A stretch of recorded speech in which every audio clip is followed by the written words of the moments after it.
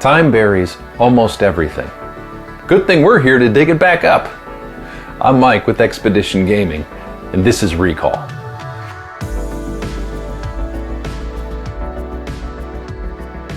We are all set up for a two-player game of Recall. Now this is a game where we will be exploring this unrevealed map. We'll be sending our followers out into that terrain to discover knowledge of ancient civilizations, which will cause us to climb up each of these tracks here, and doing so will unlock us benefits along the way.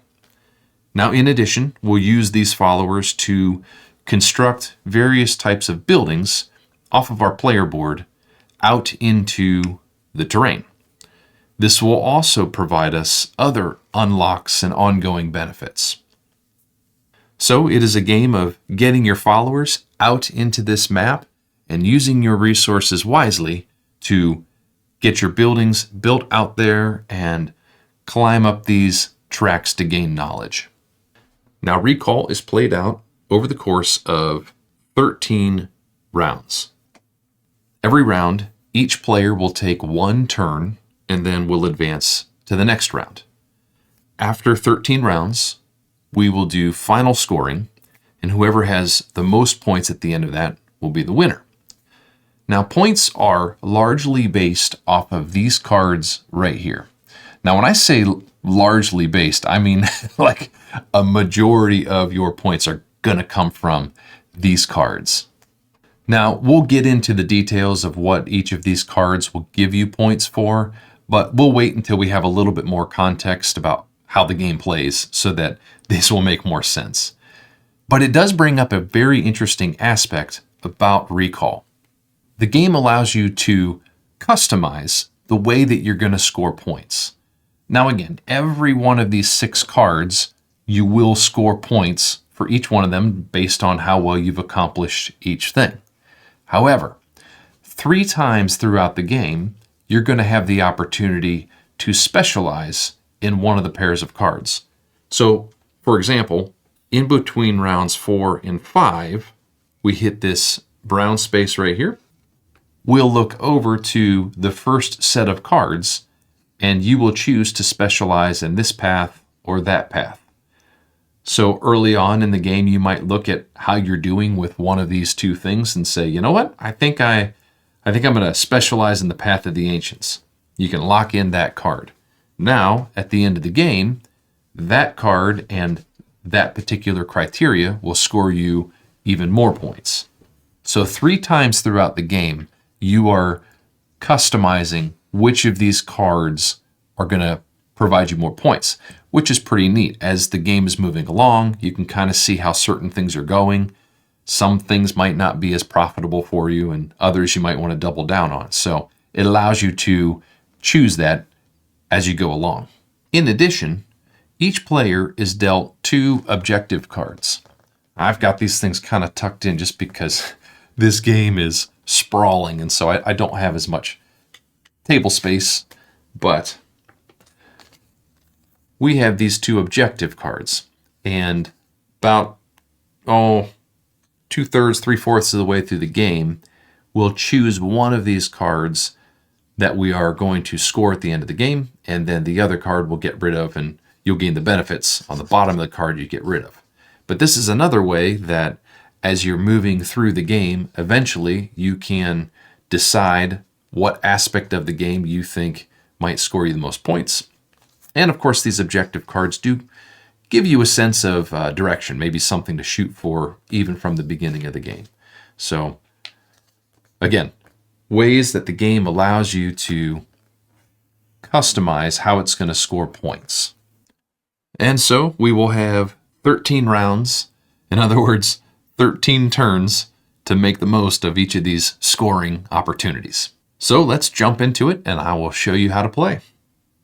Now, looking down at our player setup, show you a couple of things here. First and foremost, these are the actions that you can take in the game. So on your turn, you're going to take one of your available keys, and you're going to slot it into the action that you're going to take for that turn. You'll perform what is in there, and each one of these, most of them except for that, have multiple things that you can do. You'll take one of these little cubes to cover up and say, okay, I'm doing that part of the action, and then you'll take another cube to cover up to say, I'm doing that part of the action. So any one of these actions that have multiple things included, you can do them in any order that you want. In addition, the key that you use can be important. You'll notice up here is a market of keys. Throughout the course of the game, you can either acquire new keys or upgrade existing keys. And then, if you have that key on hand, when you take a turn, as you slot it in, you now have the benefit that's on that key, plus the action that you're doing right there. And again, you can do those in whatever order that you want.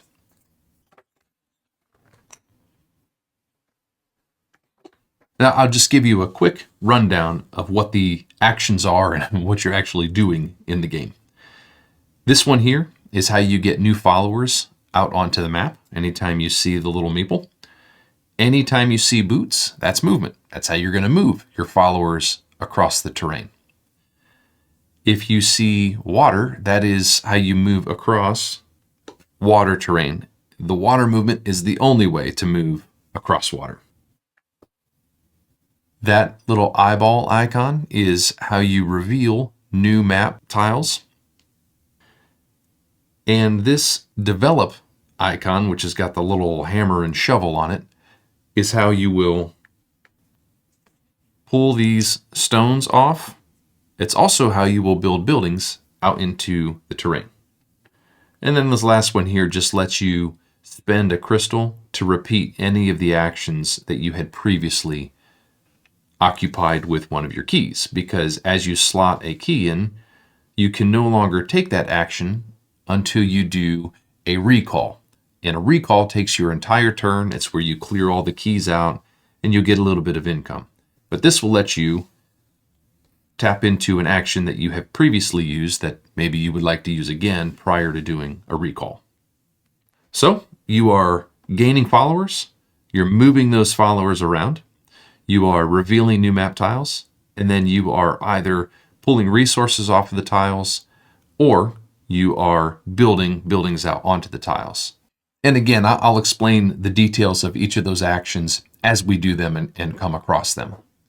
But to continue the grand tour here, each player has their own leader and gadget, and those will give you unique abilities that you can tap into.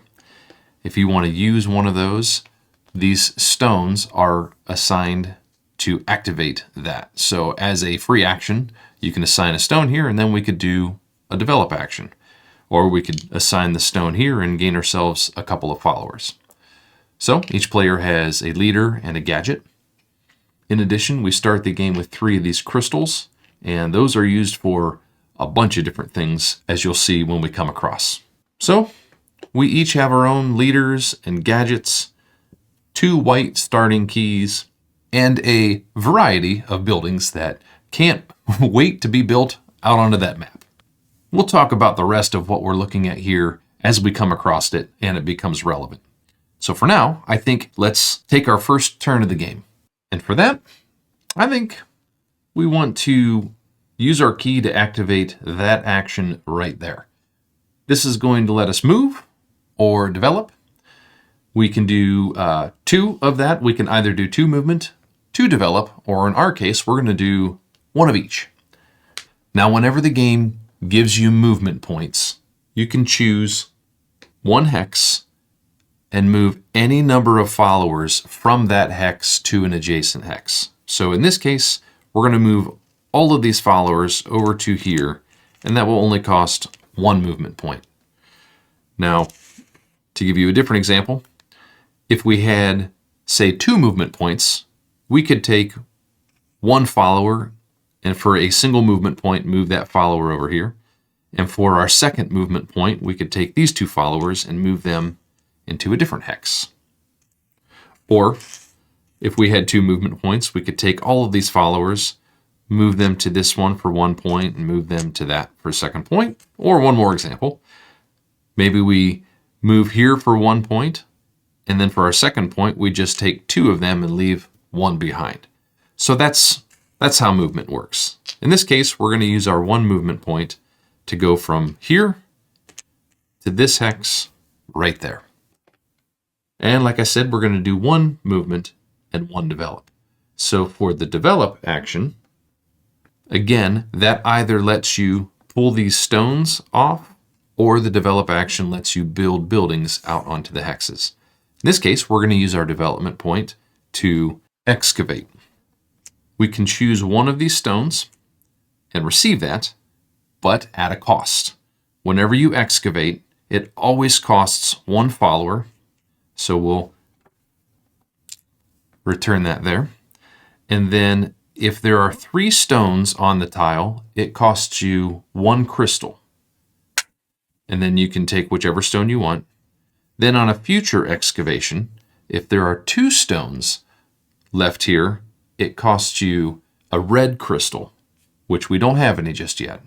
And if there's only 1 stone left on the tile, then it costs a purple crystal.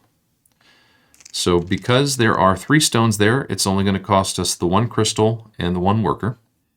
And then the stone that you take will affect which of these tracks you're going to climb up. We've got the white track, the gray track, and the black track. So whichever one of these stones we grab, that is the knowledge track that we're going to increase on. And since there are 2 of the gray stones, I think we'll go ahead and grab this black one here. We'll get while the getting's good. So we've paid our cost of crystal and follower. We'll gain this black stone. We'll bring that right over into our pool. And again, you'll use these stones to activate your leader or your gadgets. But now that we have this black stone, we will advance on this black knowledge track. Now that cost in crystals for what we grabbed here, that will affect how many spaces we get to move on this knowledge track. So since we paid 1 crystal, 1 white crystal, we will move up 2 spaces on that knowledge track. If we had to spend that red crystal, we'd get to go up 3 spaces. And if you have to pay the purple crystal, you get to go up a total of 4 spaces. So in this case, we've only gone up 2 because it was the first stone and it only cost us 1 white crystal. These points we will score at the end of the game. Anytime you see purple points, those are end game scoring. Anytime you see a green point, you'll score those immediately. Now we'd like to get 1 more bump on this track if we can, because if we do that, we will score a point right away. This little symbol here indicates that we will reveal this leader card, and this indicates that we will get to look through this stack of gadgets and gain a second gadget. Now when we reveal this leader, eventually, if we reach this space, we will gain the ability to use that leader as if it was one of our own. So in other words, we have learned enough about this ancient civilization that we've gained access to their special abilities. So lots of good benefits for climbing up these tracks. But that'll do it for us. We have moved with our point of movement over to here, and we have excavated using our development action. For Yeti's first turn, he's going to go right here.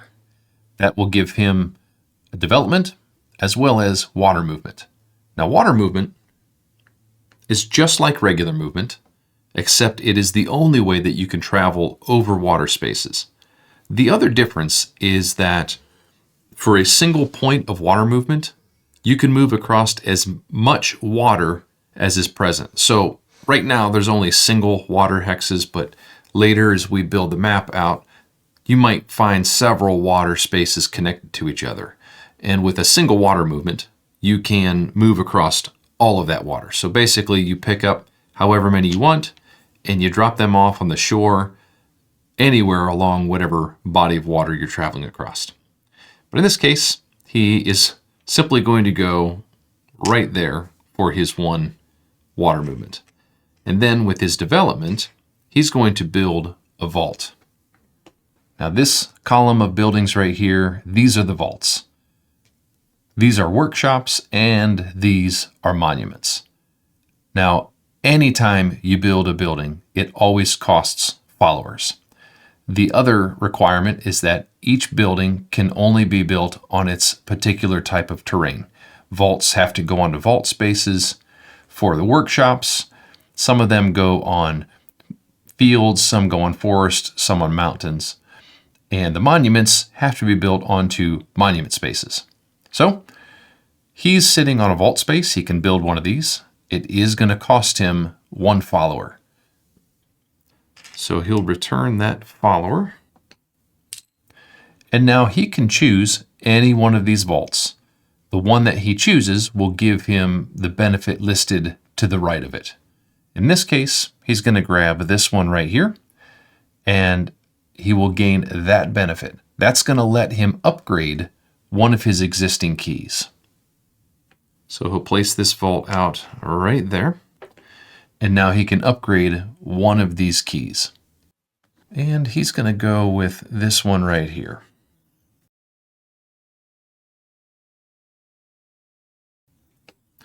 So whenever you upgrade, you just take one of your existing keys, remove it from your supply, and swap it out with the new one.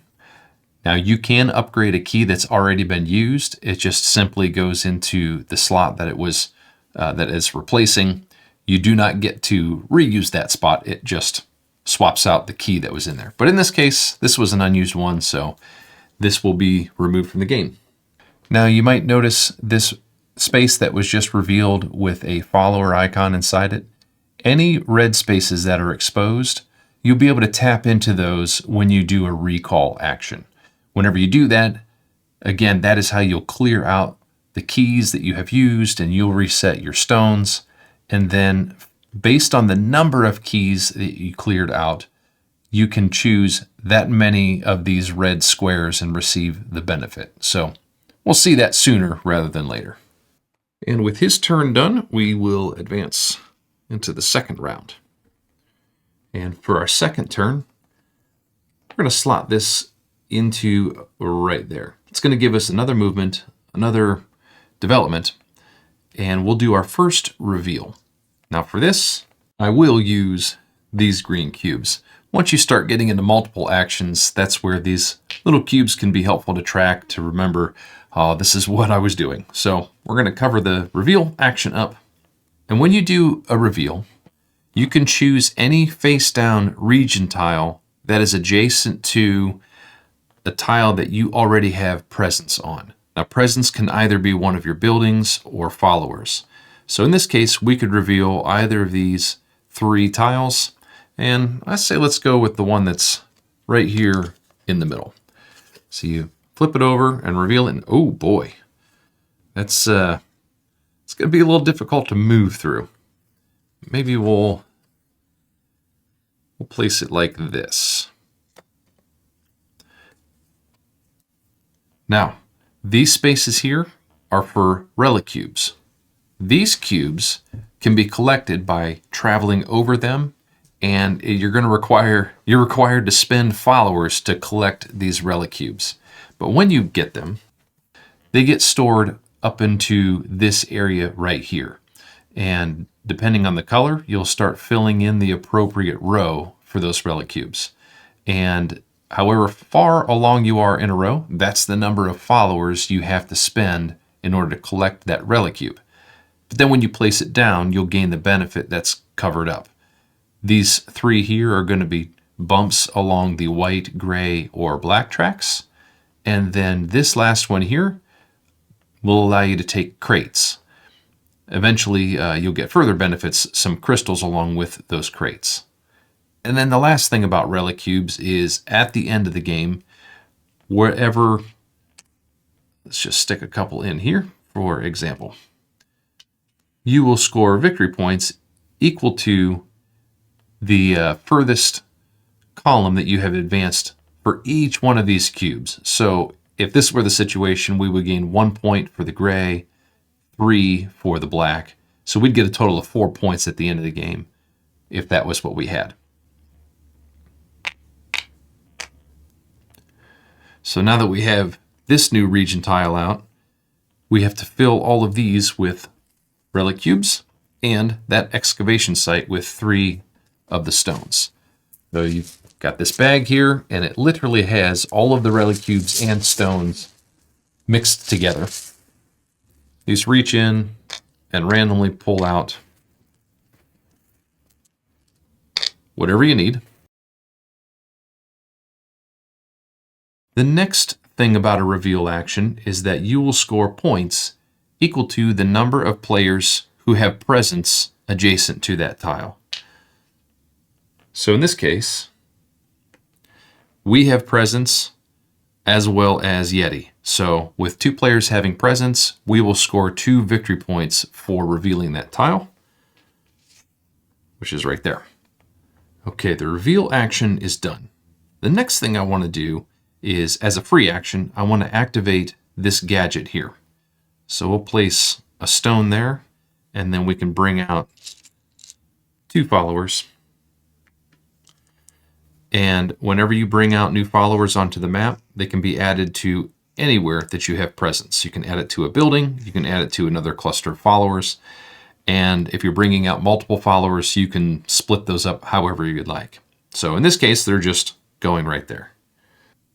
Then we will do our move. We have a single point of movement. So we're going to move 3, and I'm going to leave this guy behind. I'd eventually like to excavate here again and gain 1 of these stones. So 3 of these will come into here.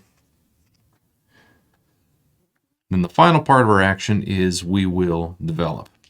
And for that, we're also going to build a vault. Now again, it always costs followers to build any building. The number of followers will depend on if anyone has built there before you. If you're the first person to build on a hex, it only costs 1 follower. But if you're not, you have to pay extra followers. The number of extra followers is equal to the number of buildings that were previously built before you. So in this case, there's 1 building, there's already 1 vault there, so it'll cost us 1 follower for the build, 1 for the existing building. Then, whoever already had buildings on that hex actually receives an additional follower into that same hex. So that's definitely something to pay attention to. Being the first to build on a hex can be both cheaper as well as provide an ongoing benefit for people that come in behind you and build. But now that we've paid the follower cost, we're going to build this vault right here. And that's going to give us 2 bumps on knowledge tracks of our choice. And I think we keep pushing up on this track right here. So by advancing 2 spaces, a few things happen for us.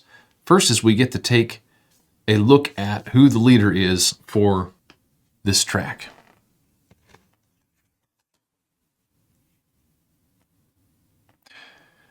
So this is interesting. Once we gain the ability to use this right here, this we can activate to use the benefit of our key card a second time. So like Yeti has this key card here. When you slot it in, you're going to get that benefit. That leader's ability will allow you to get that benefit a second time. But we're not quite there yet. We need to reach that space, and then we'll gain access to that leader's ability. But for now, we know what it is. Next, we can look at the stack of gadgets and choose one to keep. And this is a tough choice.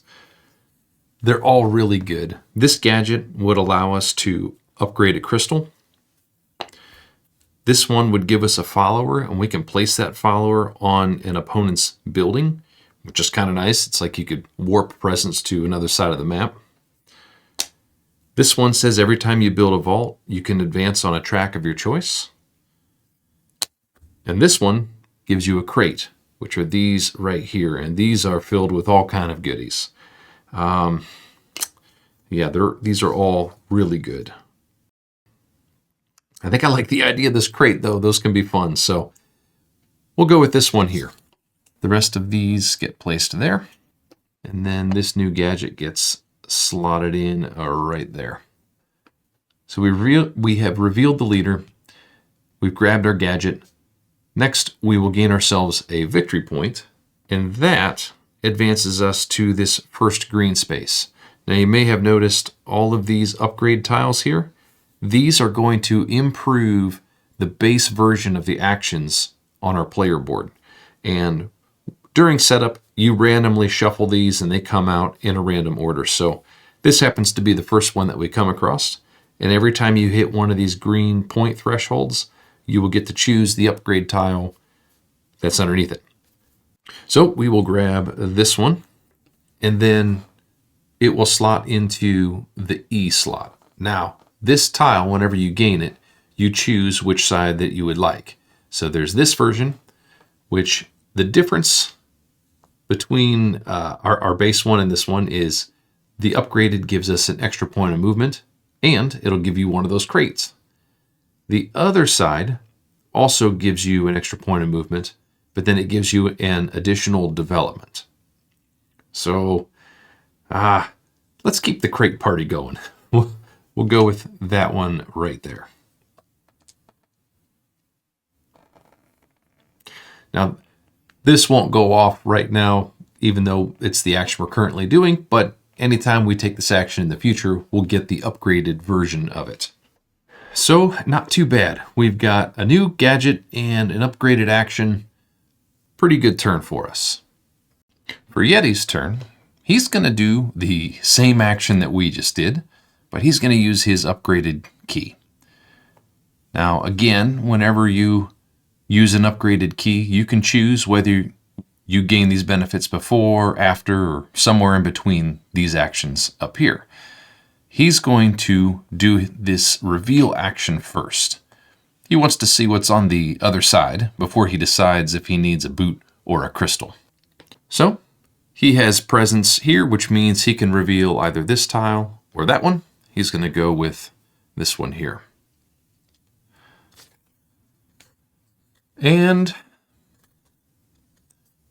you place it just like that.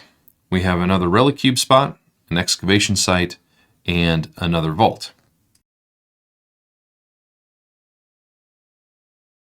Next, he's going to activate his movement right there.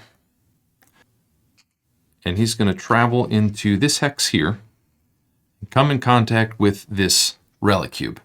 Now, anytime you enter a space with a relic cube, you must acquire it. But to do so, you have to spend followers. And again, the number of followers is equal to the column that cube is going to be added into. So the very first cube of a color that you grab is going to cost 1 follower. The second cube will cost you 2 followers, and so forth. So for this one, it's his first cube, which means it will cost him 1 follower to pick it up. Now, if you don't have the followers to acquire the relic cube, you actually cannot enter that space. So in this case, he's fine. And then he will gain the benefit of what he covers up. So for this, he will gain 1 bump on the black track. And next, he has decided he's going to develop. Now, he's currently located on a forest hex, which means he can build this forest workshop. These 2 workshops here need to be on a field. These 2 can be built onto forests, and these 2 built onto mountains. And again, the vaults have to go on specifically the vault spaces. The monuments have to be built onto monument spaces. So with him sitting on the forest, he can build one of these. Now the follower cost for building workshops is the exact same as vaults. Since he's the first one there, he'll only need to spend 1 follower.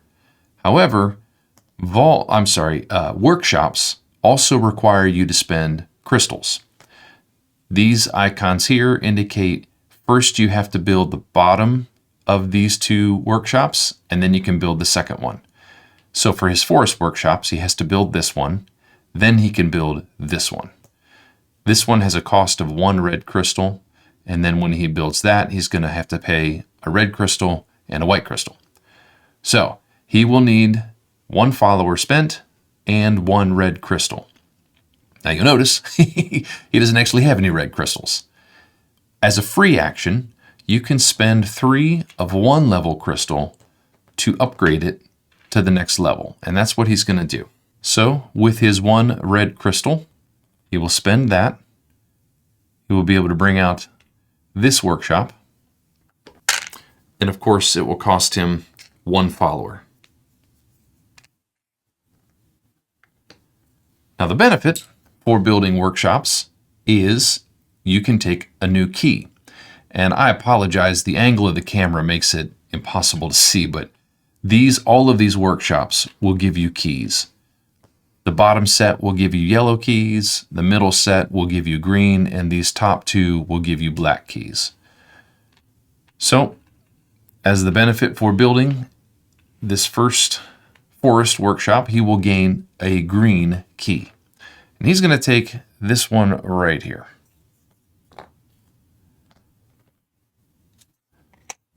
Now these yellow keys, the piles of these are all the same. So every key in this stack is going to let you upgrade a crystal, and every key in this stack will give you a follower or a point, and so forth. The green and the black keys, these are random, and you deal out 3 of them, and so you can always choose one of those, and it's a variety of what comes out.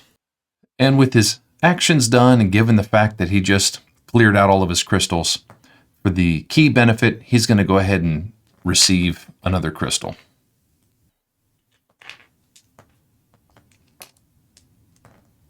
And now we move into round 3. Now heading into this round, we are out of keys. Anytime you're out of keys or key slots, you must recall, which is what we will do. Now when you recall, you still are allowed to take any free actions that you want to take. And in this case, we're going to do that first. We're going to use this last ability stone to slot it in right there, and we'll get ourselves a crate. So we will grab one of these, and whenever you get a crate, you can take a look at it, and you can choose to hang on to it. You could use it right away, or you can hang on to it and use it whenever it suits you the best. In this case, we've gotten a bump on a track of our choice. And we could use this right now. If we bump up to there, it will unlock this stone for us, and it would give us access to that leader's ability, which would be good. And maybe we will do that. But I'm kind of thinking that we hold off on this for a minute. It is a free action, and so we can gain this at any point on any one of our turns. And if there is a moment where, say, we grab that ability stone right there, that would cause us to climb up twice on this track, and this 1 extra bump would make us hit that threshold. So a situation like that might happen. So it's making me think we hang on to this until we know that crossing some sort of threshold in the moment would be to our advantage. So I think for right now, we'll just hang on to this guy and let that cook. So now that we've done that as a free action, we can go ahead and do our recall. Recalling is very straightforward. You'll reset all of your ability stones and free this up, and you open up all of your key slots. The next thing you do is produce resources, and the number of resources that you produce will be equal to the number of key cards that you have just recalled. So we recalled 2 key cards, we will produce 2 resources. The resources that you can produce are found in the red boxes on your player board, and again, as you build buildings, you will unlock further resources that you can produce. So we will gain 2 resources, and I think for that, we will take a follower from here, and we'll take this right here, which is going to allow us to upgrade one of our existing crystals. So we'll move this white up to a red, and then we will gain a follower. And we'll gain him out to that hex right there. Now, one clarification on the ability stones and using them as free actions during a recall. You're allowed to do that before you actually recall. You can use as many of these as you want and activate whatever gadgets or leader abilities. But after the recall and when you have freed the stones back up, you're no longer allowed to use these ability stones for the rest of that turn. So use it prior to recall, and then once they're freed up, you're done with that part of it. So that's it for a recall turn.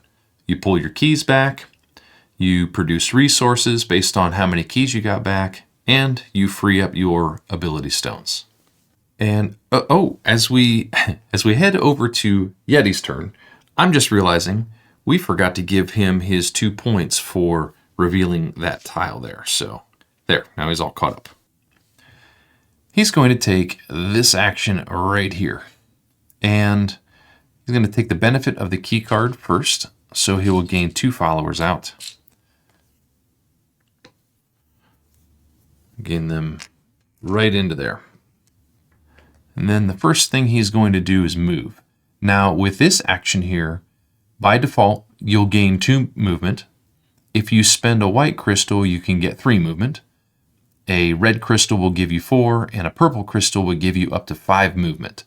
One important distinction is that you cannot combine any of these. So you couldn't spend a white and a red to gain 7 movement.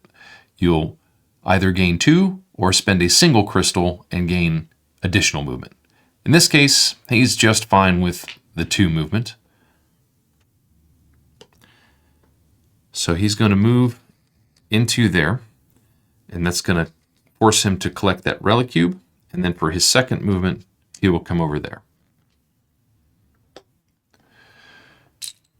A single follower spent to bring in that gray relic cube, and that will give him 1 bump on the gray track. And then for his development, he's currently sitting on a vault space, so he's going to build a vault. He's going to build this vault right there, which will give him an immediate benefit of 1 red crystal. And of course, that will cost him a follower, only 1 though, because he is, once again, the first one to build a vault there. Now we go into round 4. I think the very first thing we want to do is activate our leader's ability. So as a free action, we'll put an ability stone there. That will give us a develop. And for the develop, we're actually going to grab this stone right here. That's going to cost us that follower. And because it is the second stone, we will have to spend our red crystal. So that goes away, the follower goes back, but we gain that stone, and because we spent the red crystal, we will gain 3 advancements on the gray track. So that will bring us up to here. And once again, we will reveal this leader, which is Finder. She is interesting. Using her, you can put out a boat onto a water space and fill that boat with 3 followers. Then you can bring those followers out if somebody spends a follower on an adjacent hex. That might sound a little confusing. I'll show you an example of it here in a little bit, but it's an interesting way to get additional followers out onto the map, potentially in places where you don't have presence at all. So that reveal that. That'll gain us a victory point. And of course, we can look at the gadgets from this track and choose one for ourselves. And this one we could spend a crystal to develop. Well, exosuits are pretty good. This means that if you were to take an action which would normally cause you to spend workers, you can activate this and you don't lose any followers. That also, incidentally, means that Yeti would not gain followers. the way that he did, like when we developed here at that vault. This gives you a way to spend red crystals for points, and that would give you 2 movement. Once again, these are all pretty useful in their own ways, but I kind of like this exosuit. Yeti keeps beating us to the punch, especially on the vault sites. So this would be helpful if we're coming in behind him. I don't know if I mentioned this, but once the gadgets are revealed, they just go into a face-up pile there. We're running out of room. Okay, so that was our free action where we developed there. Now for our main action, let's activate this one again. First thing that we will do is the reveal, and we'll reveal this tile right here. It's the only one we're eligible for because it's the only one that we have presence adjacent to. We'll place this one out just like that. Now this has a few things that we've seen and a thing or two that we haven't. So we'll fill up these spaces. Now I didn't quite mention it, maybe I did. Volcanoes. You cannot cross over those, not by default. There are some leaders that give you an ability. There's some gadgets that let you hop over things, but by default, you can't travel over volcanoes. Also, this is a camp. The board comes with a few camps that are pre-printed, like this one and this one. And some tiles have camps, like this one. You can move followers onto and through camps, but you can never build on top of camps. However, if you do build next to a camp, you will gain the benefit of what is printed on that camp. So if we were to develop on one of these 3 hexes, we would gain a crate. Now with that reveal action, we will again score 2 points because there are 2 players that have presence next to that tile. And let's keep the discoveries a-rolling. We'll grab another crate. And that will give us a red crystal. Well, there's no sense in hanging on to that one for a later time. We'll grab that now. And then, you know what?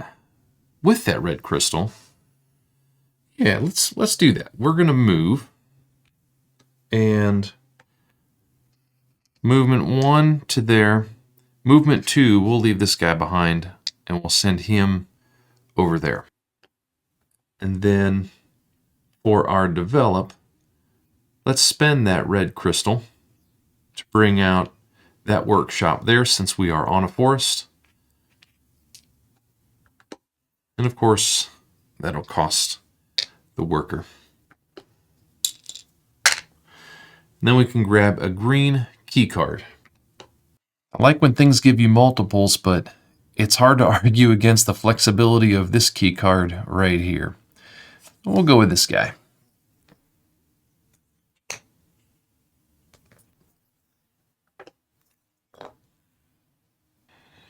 Over to Yeti. He's going to start with a free action of activating his leader ability. This lets you remove a key card and free that up for use again, which means that you can go one more turn before you have to do a recall. So he's going to free that one up there. Then he's actually going to slide it right back into the same spot and take those actions again. So once again, he's going to do the reveal as the first part to see what he sees. And with his presence here, this is the only valid tile for him to be able to reveal. So he will.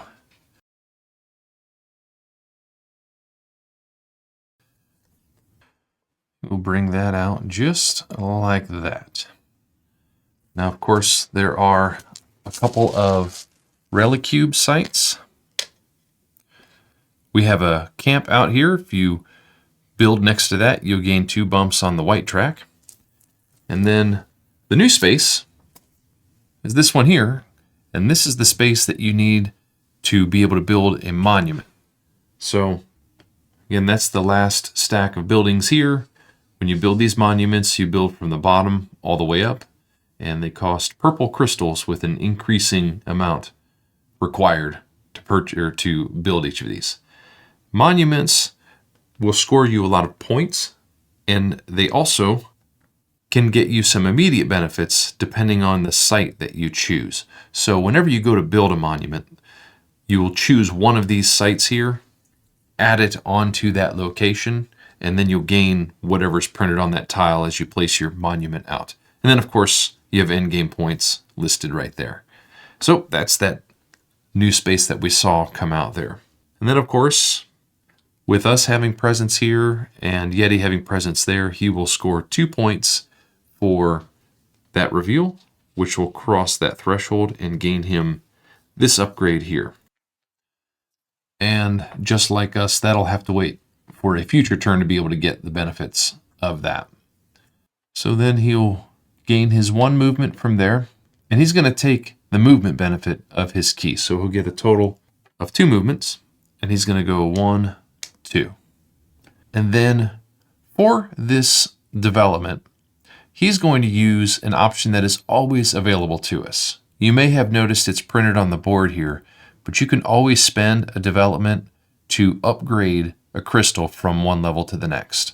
So that's how he's going to spend that development. He's going to take this red crystal and upgrade it to a purple crystal. With all of his actions done, he can slot this in, and he's going to choose that side there, which will gain him an additional movement and an additional development. And with Yeti's turn complete, that moves us onto our first path space. When we enter one of these spaces, we're going to take a look at this first set of path cards, and we're going to choose to specialize in one of these. As I said, at the end of the game, all of these cards are going to score, and right now we get a choice of, do we want to specialize in stones or vaults? And I think for us, what we want to do is lock in on the stones. Now, the one thing that I haven't shown yet is our personal cards here. We have 2 options. This one wants us to gain 5 of those stones and 2 of the same colored relic cubes. Otherwise, we want to build out 4 vaults and get 4 of these upgrade tiles in place, and then have 3 relic cubes of differing colors. Based on the fact that we're grabbing some of these gadgets and we've already got a couple of these stones, I'm thinking we lean in that direction a little bit more. So maybe we start shooting for more of these stones and we need to snag a couple of the same relic cubes. With that in mind, I'm thinking that this one here would be the way to go, because at the end of the game, all of your stones are going to be worth 2 points, and with us specializing, they'll be worth an additional 4 points for us. So we're basically doubling the amount of points we'll get out of each of our stones. Yeti, on the other hand, is going to specialize in the vaults. It's basically the same thing we saw with the stones, but you'll double the value of your vaults that you build instead. Now, the other thing that happens is whichever of these path cards you choose to specialize in, you'll gain the bonus that's associated with that card. So Yeti's going to gain 2 crystals. We will gain 1 bump on a track of our choice. And this seems like a great time to cross that threshold right there. Now, when we hit this spot, 2 things happen. Number 1, we get to bring this stone back and add it to our reservoir here. Now, it's important to note that stones of our own personal color do not count towards any goals that would score for these stones. So the stones in our personal missions there, it won't count towards that, and it also does not count towards those. But still good to have around because we can use them to activate all of our abilities. Now, the next thing that happens, since we've crossed this threshold, is we'll unlock the ability of that leader. So we grab this matching token here, we unlock it, and then we'll add it up to that leader to indicate we now have access to that leader's special ability. And anytime we want to use it, we can now assign a stone over to that ability and activate what they give us access to. So that is a path space. Whenever you hit one of those, you'll select from a pairing of cards, gain a benefit, and then move into the next round. All right, for our next turn, let's use our new key right here. We'll start by activating this. We'll bring out a couple of followers. We'll bring out one there and one there. And then we'll activate our movement first. We'll send these guys over to here and this one into there. And then we will develop. And since we're going to build into this vault space where Yeti already has a building, let's tap into our exosuit here, and we don't have to spend any of our workers, which also means Yeti will not gain any workers. So it's a win-win for us. I think for the vault, we will build this one right here.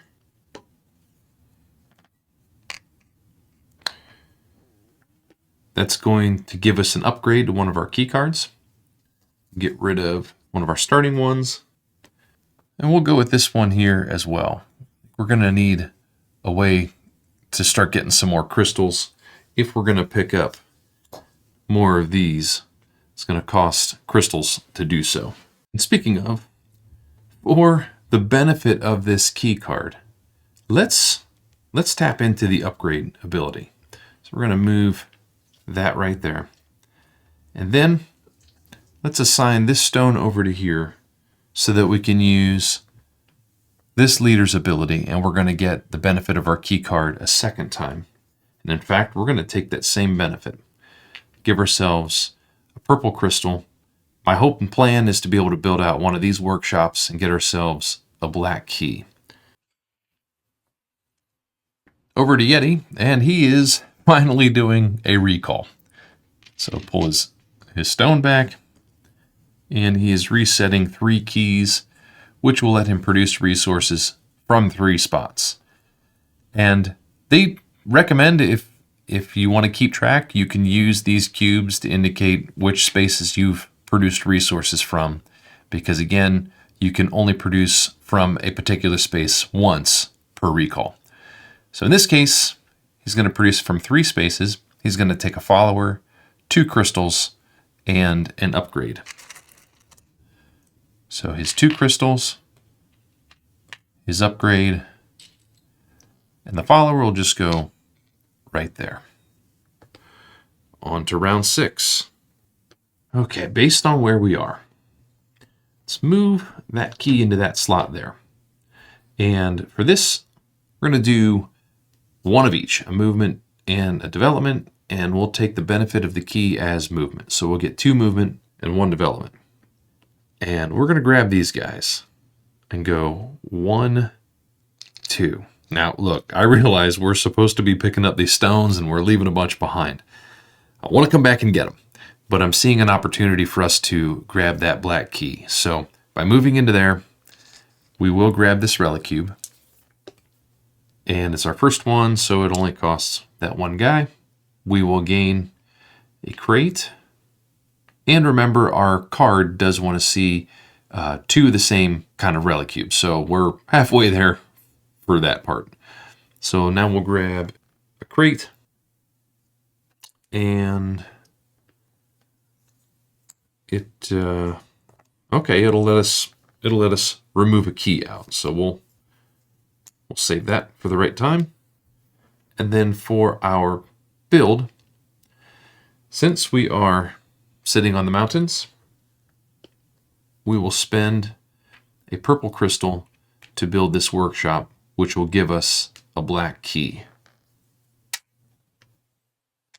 Of course, that will cost our follower. Then for the key, we'll grab this one. This will feed us a red crystal every time that we use it. Oh, another one of those came out. Yeti is going to activate this slot using this key. That'll get him 2 followers. He's going to place them right there. And then per his norm, he's going to take the reveal action first. He'll reveal this tile here.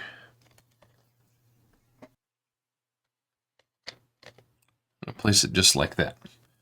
We've got another vault space, a couple of Relicube locations, and an excavation site.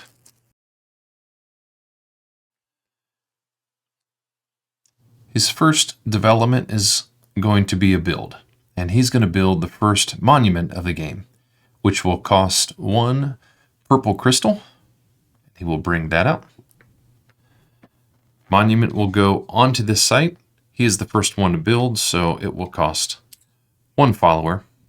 And again, whenever you build one of these, you'll choose the base for the monument, which will give you whatever benefit you're building on top of. He's going to go with this one here.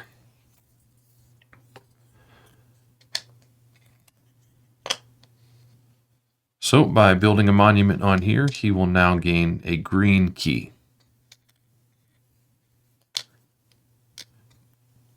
And he's going to choose this one here, which will give him a bump on the white track every time he uses it.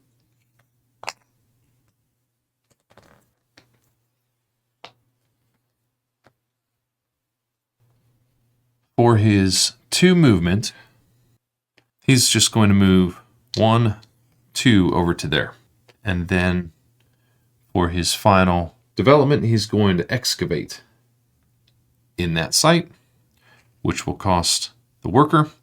And since there's 3 stones, it'll cost 1 crystal. And he's going to gain the white stone.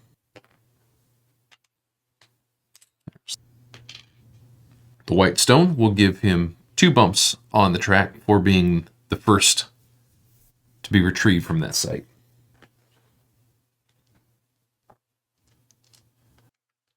And that will move us into round 7. Let's use that crate there. And I want to pull that key back out. We're going to reactivate that spot using our new shiny black key there. It'll gain us a red crystal. And let's see what we see when we reveal this tile right here. And then we will place just like that. Now, I'm sure you've probably noticed the backs of 3 of these had the monument icon. So we knew that this tile would have a monument space, this one, and this one. So there's one other space to build a monument on here. So we knew that that was going to be one of the spaces, one of the hexes on this tile. So we've got that. We've got another camp and a couple of Relicube spaces. We'll score only 1 point for revealing that because we are the only player that has presence adjacent to this tile. So that'll get us 1 point. Now I'm also just now realizing, once again, we have forgotten to give Yeti his points from when he did his reveal action. So that should catch him up there. And then with our 1 point, we've crossed the next green threshold, so we can take this tile. Now this side expands out the D section, and instead of 2 of these, we could gain 3 with more options, or we could double what is there. And again, it's nice to get a lot of something, but I kind of like the flexibility of this. So we'll go with that version right there. Next up, we will use our crate. And okay. This allows you to activate any space that takes stones without having to assign any stones there. Now, I didn't mention this, but gadgets and leader abilities can be activated multiple times. Every time that you activate it, the number of stones required for activation is increased by 1. So the first time you activate it, it costs 1. If you want to activate it a second time, you'll have to assign 2 stones to it, and then a third activation, you'd have to put 3 stones onto it. So this allows you to activate an ability a second time without having to, or even a first time, without having to assign any stones. And given what we're looking at here, I think I might do that because we only have this one follower out right now. And I'm thinking we use this crate to activate that gadget and get ourselves 2 more of these followers out. We'll put the followers right there. For the movement, we're not going to go very far. Just going to slide on into the neighboring space there. And then for our development, we are going to excavate. Now, it's going to cost 1 white crystal. We saw free actions that allow you to upgrade a crystal to the next level using 3 of one type. There's also a free action that lets you sort of break apart higher level crystals. And so a red crystal can be broken down into 2 white. A purple can be broken down into 1 red and 1 white. So in this case, we need 1 white crystal so that we can excavate here. So we're going to essentially break that down into 2 white, spend the 1 white, and the follower comes back, and we will gain 1 more stone. That will give us 2 bumps on the gray track, which unlocks this stone for us, and crucially, gives us access to Finder's ability. And in fact, we're going to activate that right now. So we will activate that, and what happens with Finder is you gain this little boat. And when you activate Finder, you can place this boat out onto the map on any water space. Doesn't matter where it is, how far away it is. You can place it down. And I'm going to place it right there. And when you place it out, you load it up with 3 of your followers. And then, as the ability indicates, if any player spends a follower adjacent to that boat, we can bring one of our followers off of the boat into the neighboring space. So when I look out over here, there's a vault space, there's a monument space with a camp next to it, lots of good spaces to spend workers, to build buildings. So anytime anybody, whether it's us or Yeti, spends a follower, then we can bring one of them into that neighboring space. So hopefully we can make good use of that. For Yeti's turn, he's going to use his green key to slot in there, which will climb him up once on the white track. This will score him a point, which of course then unlocks this for him. He's just going to slot it in right there. It will reveal the next leader.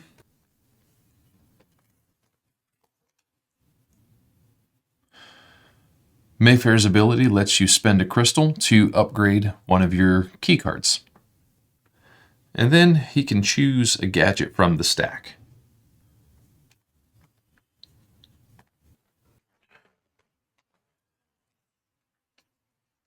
He's going to go with that gadget, which if he activates it, whenever he excavates, whatever track he's going up, he'll gain 1 additional bump. Next, he's going to activate his Omni tool to gain a follower. Place that right there. Now the Omni tool has several things that you can activate, and each one of these are individual spaces, so it doesn't take multiple stones if he wants to do, say, an extra movement. Speaking of movement, he will gain 2 movement here. That will bring him number 1 into this space right there, which he's going to have to take this relic cube, and it is his second one, so it's going to cost him 2 followers, but that will get him 2 bumps on the gray track, which will score him another point and allow him to take another gadget.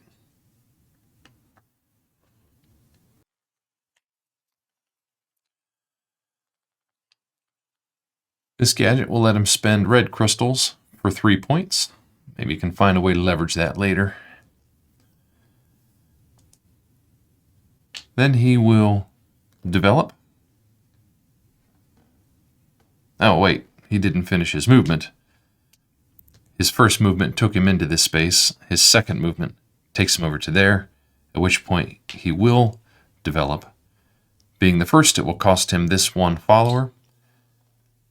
And then he's going to build that vault right there, which will allow him to climb 2 of any track of his choice. He's going to climb that track right there, which will unlock the ability of that leader for him.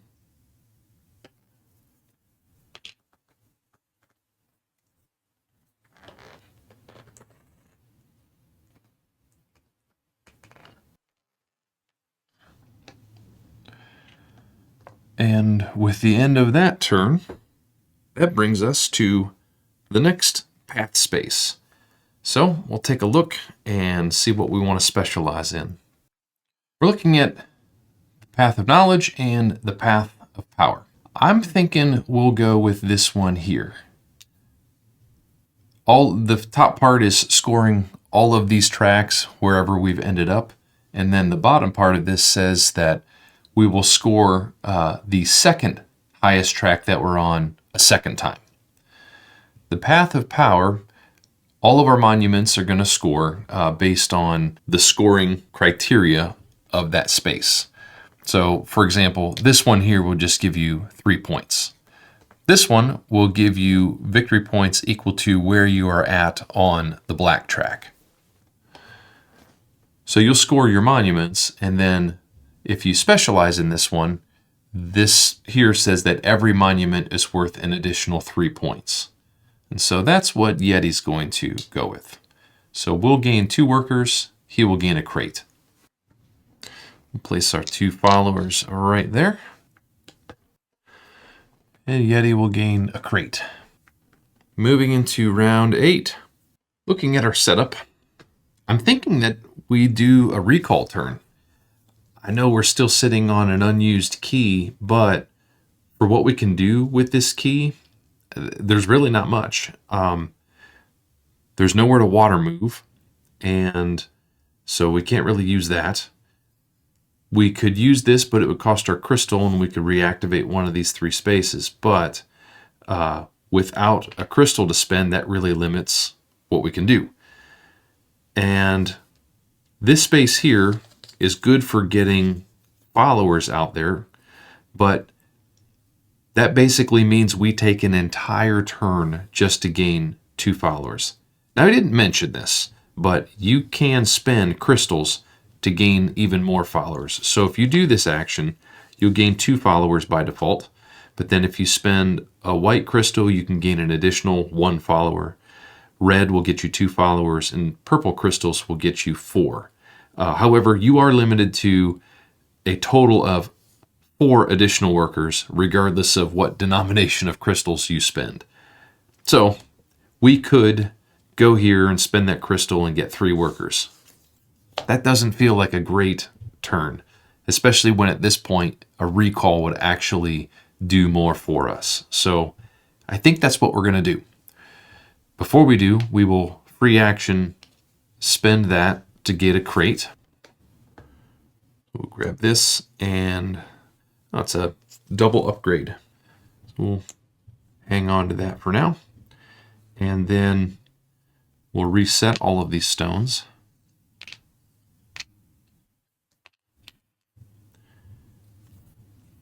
We're pulling 3 keys back, which means we can take income from 3 of these here. I think we'll take a red crystal, 2 white crystals, and a follower. Let's add to the party over here. And that should do it. I'm just now realizing that when Yeti built this vault, one of our followers should have come out into this area because Yeti had to spend a worker out of that hex, so we, with Finder's ability, get to move that follower into the same hex. Speaking of Finder's ability, Yeti has decided he wants to get in on some of that. So he is going to start out by activating Mayfair's ability. He's going to spend a crystal to upgrade one of his keys. Going to get rid of his other starting key. He's going to take that one there. And then for his action, he's going to slot it into there. For the upgrade, he will bump that up to a purple. And then he'll do 2 of these activations to bring out followers. And he's actually going to bring them in right down here towards the beginning. And then he's going to spend this crate for 2 movement. It will go 1, 2. And then his third activation for this will be the develop, and he's going to excavate, which is going to cost him a crystal. And he will gain this gray stone. And of course, that will bump him up twice on the gray track, which will unlock another stone for him. But again, importantly, he will now gain access to Finder's ability. And in fact, he's just going to activate that right now. He'll place it out right there.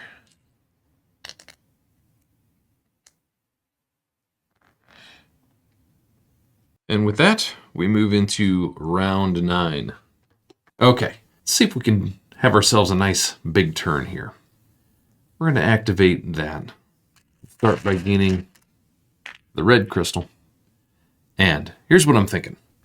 This monument space, I'm getting a little nervous about. I'm not too comfortable with Yeti getting presence closer to here, edging in, especially knowing that he's heading towards the path of power over here. So I'm thinking we jump in before he has a chance to. Yes, we definitely have our exosuit, but you get a limited number of uses on that, and we might as well jump in before he does, because if he wants to build there, that'll get us a worker in the long run. So with that in mind, I think the first thing that we will do, as usual, is our reveal of a tile. We'll go with this one right here. And we'll put that down just like that. We have another vault space.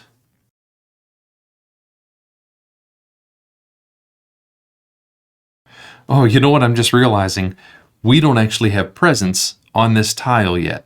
So that's okay. We can retcon this without any real problem. When we look back to here, we'll just say we needed to do our movement first, which would then give us presence. So back to this, we will move 1 point of movement there, 1 point of movement down there. So that works, no problem there. So now we do have presence. That is revealed. And because we have presence and Yeti has presence, we will gain 2 points. Now here's the thing. Yeti's presence is due to Finder's ability. And let me know what you think. I think this is okay. I think that counts as presence. The rules say that presence is defined by having followers or buildings, quote, anywhere on the tile. So I'm taking that as presence. Hopefully that's right. Next up, we'll grab our crate. That'll get us a couple of followers. And again, we can hang on to that for now. But we're actually going to use this crate right now. And that'll get us a double upgrade. We'll take that white crystal up to purple. And then we're going to build, which is going to spend that purple, because we're going to build our first monument.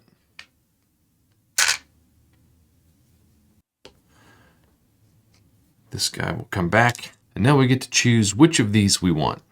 We don't seem to have a problem getting crates. And we've got a couple workers in reserve. We have ways of that. I'm thinking this one here. 3 bumps on the tracks would be pretty nice. So we'll go with that one. It is the lowest scoring out of all of those, but I think it'll be pretty good for us. So we get 3 bumps on the tracks. And I'm thinking we take all 3 of them right here. That'll gain us this right here, which we can upgrade one of our keys. And I'm kind of thinking we upgrade this one right here. We can turn it into a black key. I know it makes a lot of sense to get rid of our starting key, but here's the other thing I'm thinking about. We only have 4 more turns that we're going to take. And so we're sitting on a few keys here, and we want to make the most out of them. But then again, if we can find a way to pull the key out, maybe like through this vault's ability right there, we might not have to take another recall action, and the rest of our game could be regular actions. Oh, this is a tough one. All right, we'll get rid of the starting key, and maybe this is wrong. Who knows? We'll go with that though. Now the last thing that goes off is, since we built next to this camp, we will gain the benefit printed there, so we will gain 1 more crate. Hey, and that's exactly what we were looking for. All right, so we've got a way to get our keys back. Over to Yeti. He's going to activate his leader's ability to free up that card right there, and then he's actually just going to redo it again. So that'll gain him 2 followers. He'll place them right there. And then he's going to do the reveal. And for this one, he's going to reveal this tile.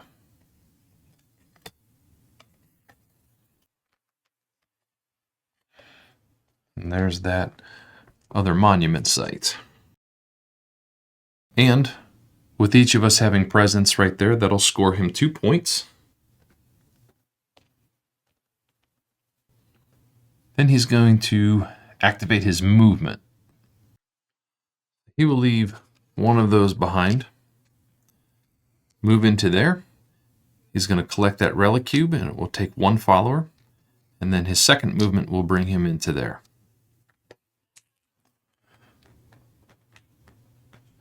That'll get him a crate.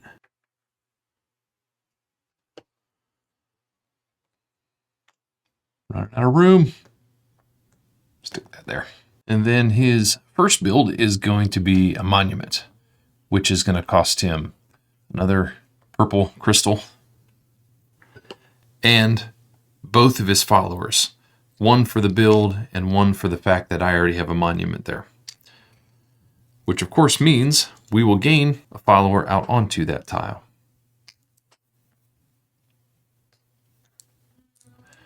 But then he will gain the benefit of it, which is going to be 3 bumps on tracks. And he's going to go up to here, which will gain him an upgrade to one of his keys.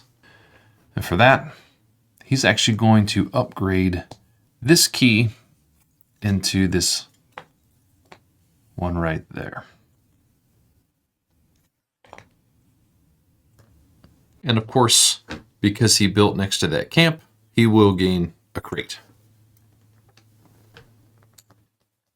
And then his last development here, he's going to spend it to upgrade this crystal into a red one.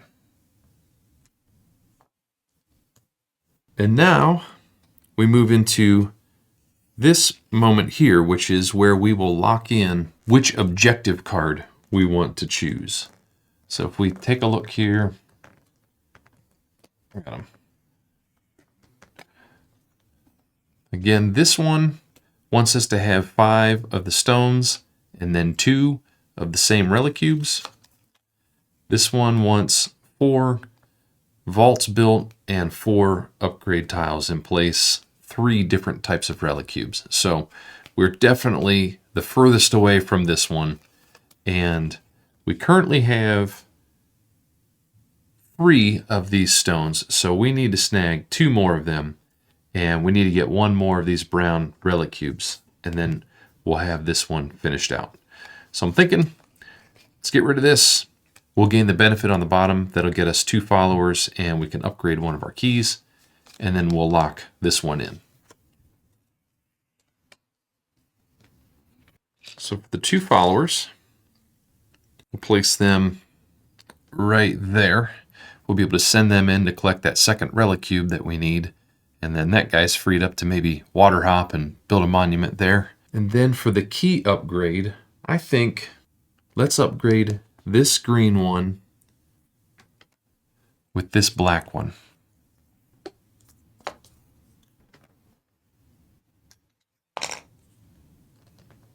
Yeti will be getting rid of this objective card here. That would have wanted to see him reach this space for all 3 tracks and then 3 of the same relic cubes. So he's not going after that. So by discarding it, he will gain 2 track bumps of his choice. He's going to go right here, which will score him a point. And then he'll get to take one of the gadgets. And he's going to go with the one that's going to let him do an upgrade.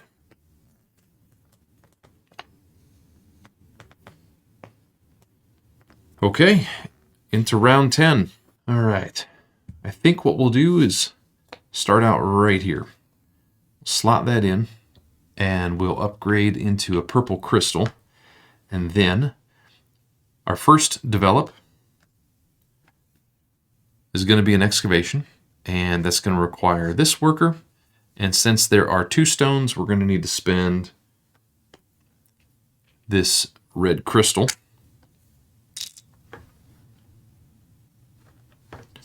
We'll gain that stone over here. And because it was the second stone with the red crystal, we will gain 3 bumps on the black track,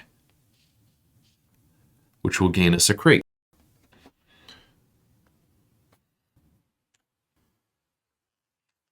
So we can just use these cubes to indicate we've done one thing on there.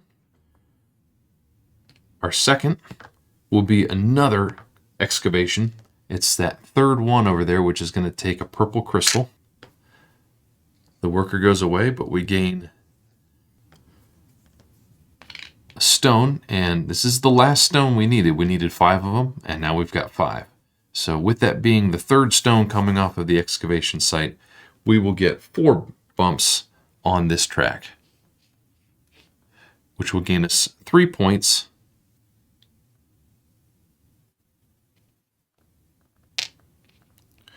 Which will give us this upgrade tile here. This side adds in 2 boots onto the base action, or this other side is interesting. It gives you an extra development, but when you move over water, normally when you do water movement, you take all of your people and move them as one clump over to another hex. This lets you split up however many followers you have that you're moving across. You can drop them off in whatever adjacent hexes to that body of water. So it lets you spread out a little bit. And I think we're going to go here. I actually don't really have a need for the spread out, but having an extra excavation, an extra development would be good, because remember, these can always be used to upgrade our crystals. So we still get the water movement, but this would give us a potential upgrade to some of our crystals. And then for our third activation here, we're going to activate the boot for 1 movement. That will let us move these guys over to here and pick up this second relic cube here, which is going to cost both of our followers. That'll come in here. That will get us a crate, and it's probably really hard to see, but there is a white crystal also listed on there.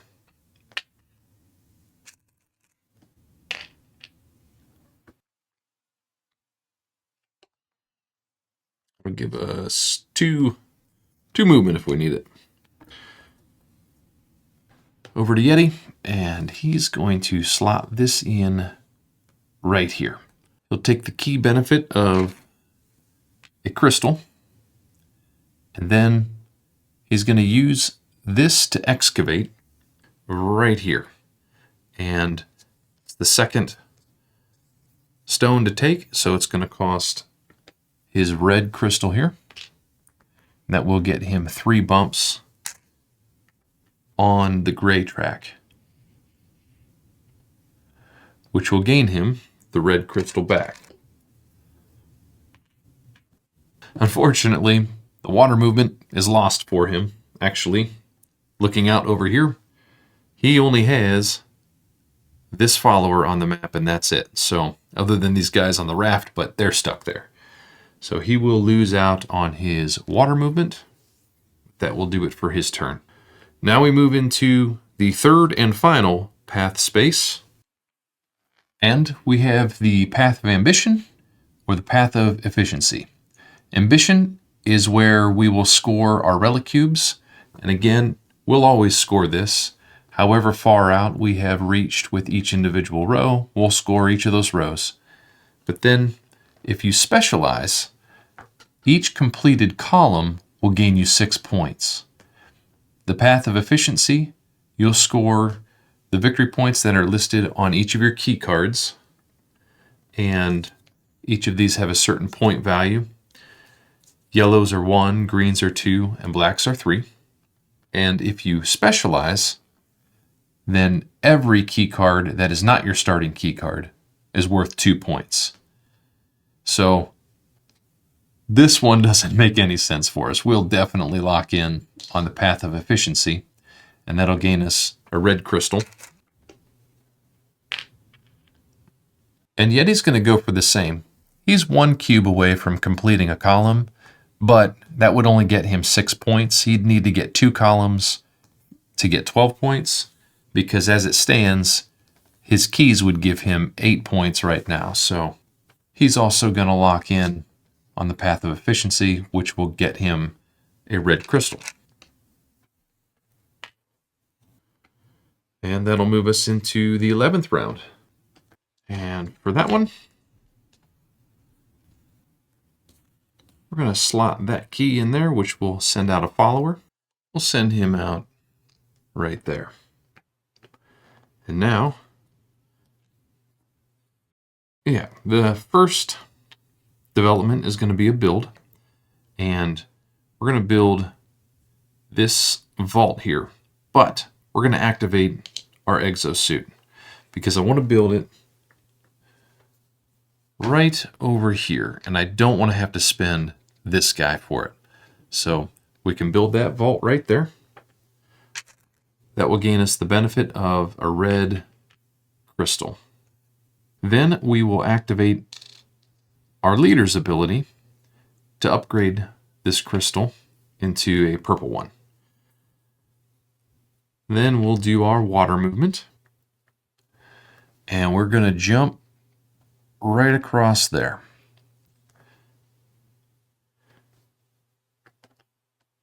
And then our last is going to be another build, and we're going to build this monument right here, and it's going to cost us that purple crystal. That will go out right here. And again, you don't get any immediate benefit. This is just going to score the black track for us a second time at the end of the game. And now, for all the good that it does us, since we spent a worker off of that hex, a follower from this raft comes out and joins. Over to Yeti, and he's going to have to do a recall. He's out of keys, and so first he's going to use this as a free action to upgrade that into a purple crystal. And then he will call everything back. Now he'll be bringing back 4 keys, so he'll produce 4 resources.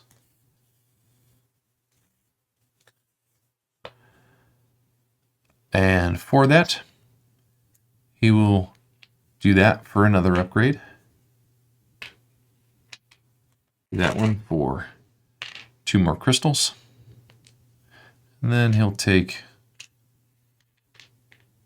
2 followers.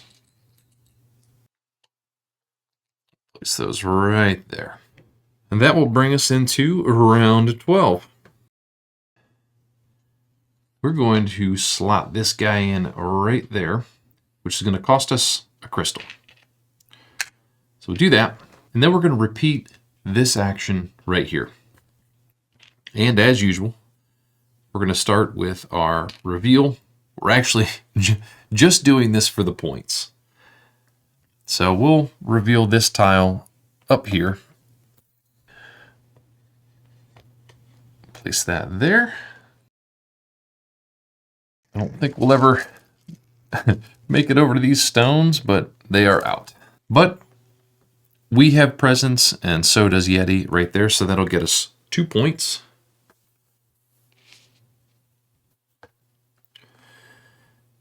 And then we will take our 2 movement there, and we're going to go 1, 2. We're going to use the keys benefit of another boot to come up into there. Then we can grab another crate and add it into our stockpile here. And we'll get a track bump of our choice. I think we're sitting on a couple of those now. It's probably better to have these visible so we know what we're looking at. I will get rid of these. There's no need to keep the discarded ones. So what we see visible is what we can use. And then we'll do a build. And for that, we're going to build this vault right there. It's going to go out to right here, which will cost us our follower. Since we built next to that camp, we'll go up twice on the black track.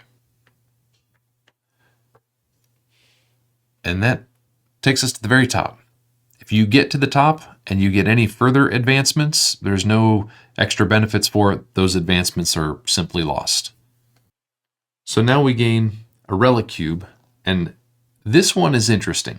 You may have noticed there is a relic cube of each color sitting in the corner here since the beginning of the game. When you take this benefit here, you can choose one of those and add it into your board, and you do not have to pay the follower cost for placement. So in this case, it makes the most sense to go with the same type of relic cube because we'll go from 3 to 6 points. We'll gain a red crystal.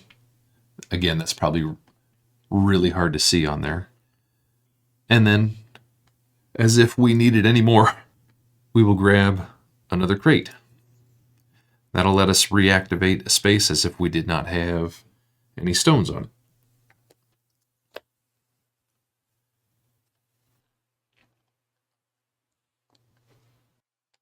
Over to Yeti, and he is going to activate this space with this key card right here. First thing he's going to take is his movement. And he's going to move those guys right there. Then, I forgot to clear these off. He will activate his water movement and river dance his way on over here. Then he's going to build, and he's going to build his third monument, which will cost 2 purple crystals. They're getting pricey. And let's see, yeah, there we go. He'll build onto here, which will cost him 1 follower, and then he can choose any of these. He's going to go with this site right here, which is worth 5 points at the end of the game, and will bring out 3 of his followers. And his raft finally comes into play. Since he spent a follower from that hex there, he'll bring a follower off of the raft over to join. So that will wrap up his turn and bring us into the final round. On to our final turn. Might as well throw everything we have at it. So I think to start, we'll start plowing through some of these crates here. We'll spend this to bring out 2 followers. Add them in right there. Then we will spend this crate to unlock a key. We're going to bring that one out. Then we're going to reuse this one right in that same spot there. Of course, that will cost us a crystal for the privilege. And we're going to reactivate this space right here, which is going to give us water movement and some developments. For the water movement, we are also going to river dance our way on over to here. And then for our first development, we're going to reactivate our exosuit. So we do not have to spend any of our workers. Yeti will not gain any. And we're going to build a monument. But to make that happen, we're first going to spend this crate as an upgrade for that crystal. And then we will reactivate our leader's ability to upgrade that crystal. So now we can build out another monument. And it will go right here. Boy, it's getting crowded. Oh my goodness, yeah, and that's the benefit of this space is going to bring out 3 more workers. Well, for the first time, we'll bring out the big boys. These larger workers represent 3, and so we'll place that right there. And next, we're going to activate the boot right there.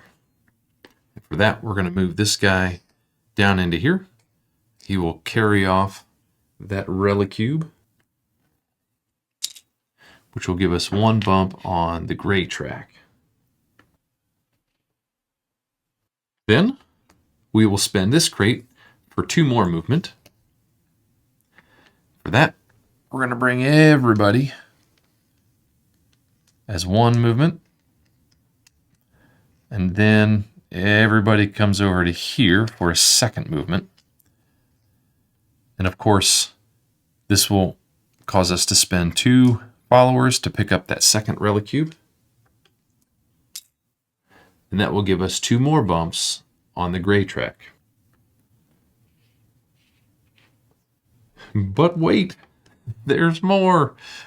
We're going to activate this leader's ability, which is going to let us use our key cards benefit a 2nd time. And we're going to take another boot movement. We will move these guys into here, which will cost 2 followers. But then we'll get our 3rd, which will get us 2 more bumps on the gray track. And let's see here. Might as well use that to grab another crate. Why not? 2, okay. 2 more movement. Let's see if we can, maybe we can do something with that. Before we do anything else though, we'll activate an excavation for this spot right here. It'll cost us this worker. We'll gain a white stone. And of course, that will cost 1 crystal. And for that, we will get 2 bumps on the white track. All right. I think I see a way that we can use this to our advantage. It's small, but hey, it's something. We'll use this 2 movement to send this guy 1, 2, back over to there. And then we will use this to reactivate that ability as if there wasn't a stone there, which lets us reactivate our key 1 more time for another point of movement. That will send him over to there to pick up that relic cube, which will bring him back and give us one more bump on the white track, which will score us a point. We can take a gadget, and for what's left here, we might as well go with this thing because we can use it to score a point.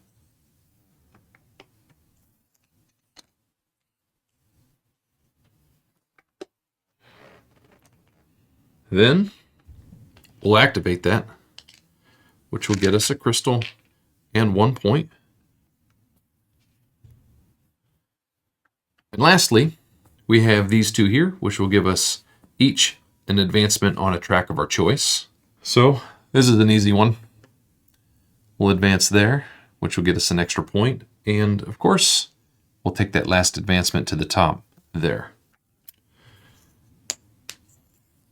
And that should bring our final turn to a close. I think we are finally out of things to do. And for Yeti's final turn, he's also going to try to pull out all the stops here. So he's going to take his action with this key card, and he's going to go right there. So that will get him a red crystal. And then he's also going to, in keeping with custom, do the reveal as the first thing. He'll reveal this tile, and really doesn't matter on this one. In fact, I'm not even going to bother populating it. He's just doing it for the points because we both have presence right there, so that will gain him 2 points. He does gain this unlock. And next, he will use his 2 movement. For the first movement, he's going to send 2 followers down into that hex to collect that relic cube, which will go right there and give him 2 bumps on the gray track. Then for his other point of movement, he's going to take both of these and send them over there.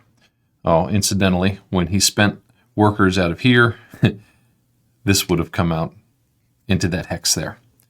So now his movement is done. His next action will be to excavate. There are 2 here, so it's going to take a red crystal. He'll spend that. It'll cost him that follower. And then that will give him 3 bumps on the white track, which will get him a crate.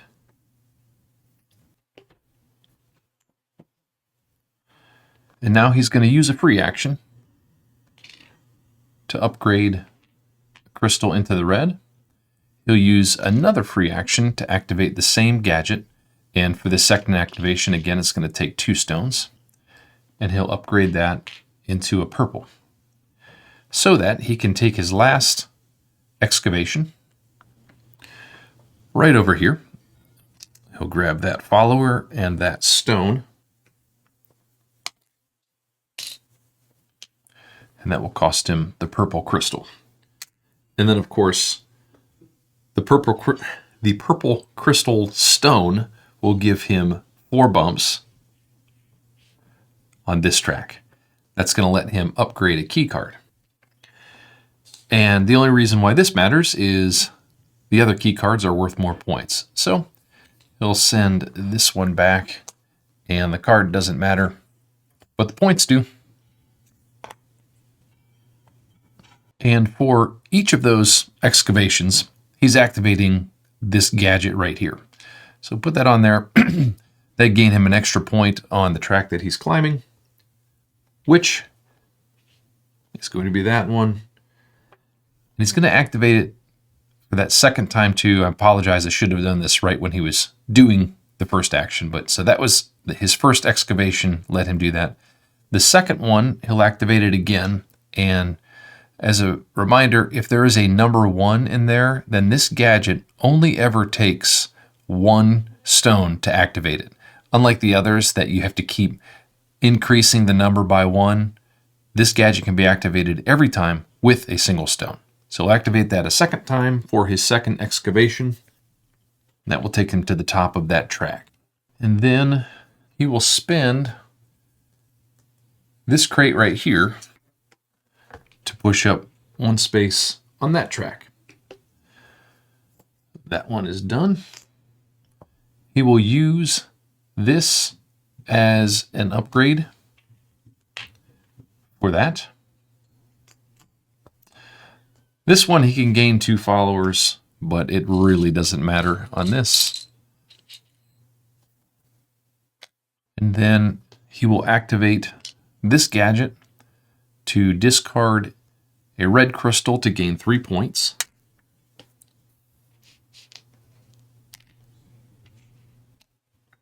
And then his last will be to activate that leader's ability, which will let him spend a crystal to upgrade one of his key cards. So he'll spend that crystal, and then he will swap this key card for this one. Once again, doesn't matter which upgrade he went with, they would all net him 1 point. So there it is. And then the very last thing is he will use this to activate his Omni tool to gain 1 more point. And depleted of all resources, that brings Yeti's turn to a close. And with that, that brings the game to a close, and we move into final scoring. So, as we move into final scoring, as a reminder, final scoring will consist of all of these path cards, as well as our individual goals. Starting from the bottom here with Path of the Ancients, every ability stone is going to be worth 2 points, and because we specialized in it, all of our ability stones will be worth 4 points. Now, as a reminder, this does not include ability stones in your own color, it's just the black, gray, and white ones. So for us, we have 1, 2, 3, 4, 5 of those, each worth 4 points. We will get 20 points.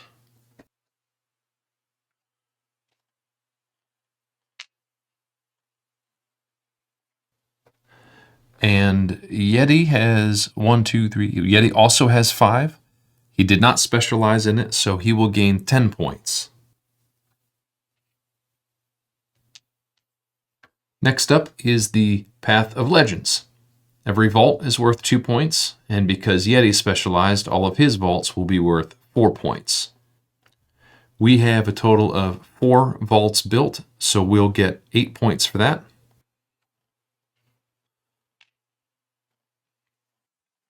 Yeti has 3 vaults built. They're each worth 4 points, so he will gain a total of 12.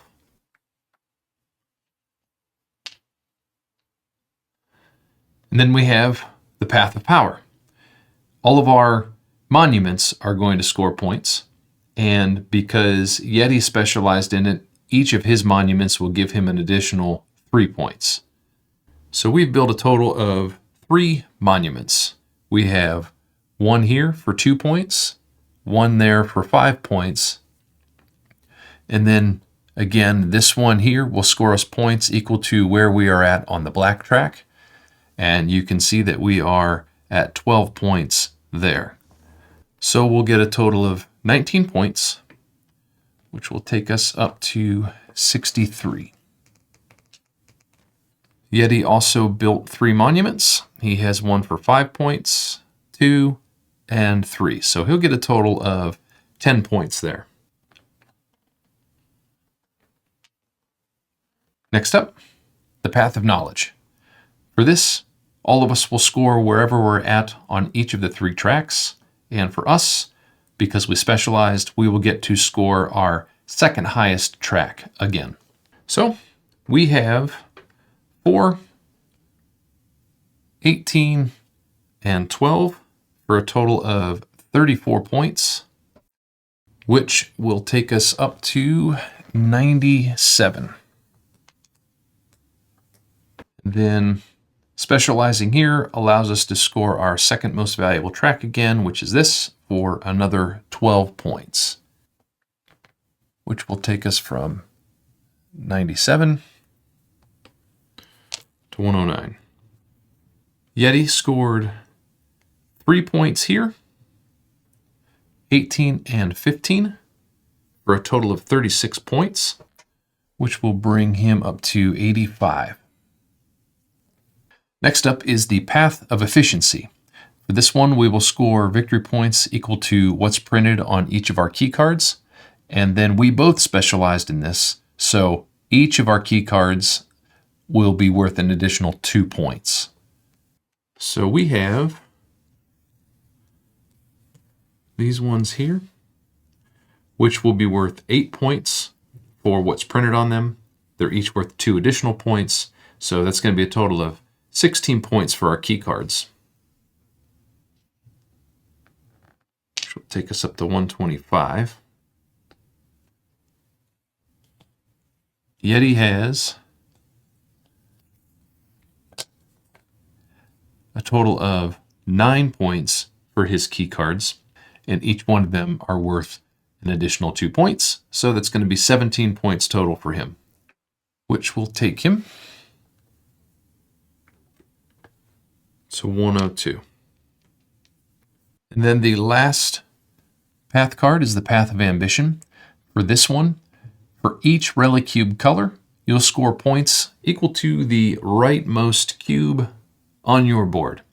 So for our white one, we'll get 1 point. For grays, we'll get 6. And for the brownish, tannish ones, we'll get another 6.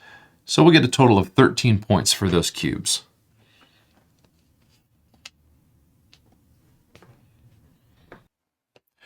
Yeti will get 6 for gray, 1 for black, 1 for brown, so he'll get a total of 8 points. Okay, those are all of the path cards. The next thing that we score are the objective cards. And again, for ours, we needed to have 5 stones and 2 relic cubes of the same color. And we got exactly that. We got 5 of the stones and we're fine on the relic cubes. So we will score 15 points. So that will take us up to 153.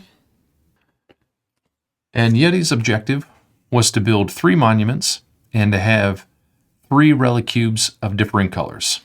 He got his 3 monuments out and he's fine on the relic cubes, so he will also score his 15 points.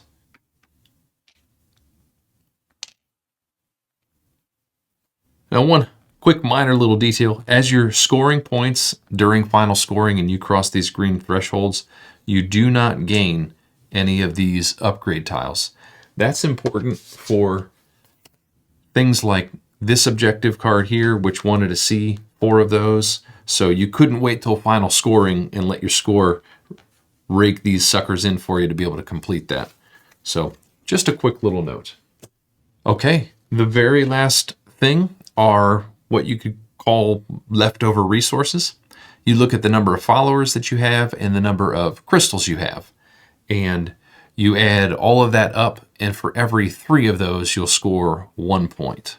And looking at the map here, we've got 1, 2, 3 followers and 1 crystal, so we will score 1 additional point. Yeti has 1, 2, 3, 4, 5, 6 followers, no crystals, so he will earn 2 additional points. And that's it. That's final scoring. We came in at 154 to Yeti's 127. Won by a fairly sizable margin there. But again, as you can see, the vast majority of your score is going to come from these cards here. You know, we barely made it up into this zone throughout the game and then went all the way around the track through final scoring. So again, I think it's a very interesting system that you can sort of customize the way that you're going to score points as you move through the game and you see how it's progressing for yourself. And that includes these objective cards. And of course, the ways that you go about unlocking upgrades and key cards for yourself. So the game very much customizes itself as you move through it. And there's still more to discover. There's a number of these leaders that we didn't see come out. There's a deck of these cards, and so the leaders that show up here and what leaders you get, the gadgets that you have. There's a lot of variability, a lot of discovery and customization as you move through the game. But hopefully this playthrough demonstrated that for you. I hope that you got a good sense of how this plays and the flow of the game. Of course, different player counts, that's going to affect things and the interactivity out here on the map. But either way, I hope that this showed you how it played. Thank you for watching. Thank you for joining. And until the next time, we'll see you on our next expedition.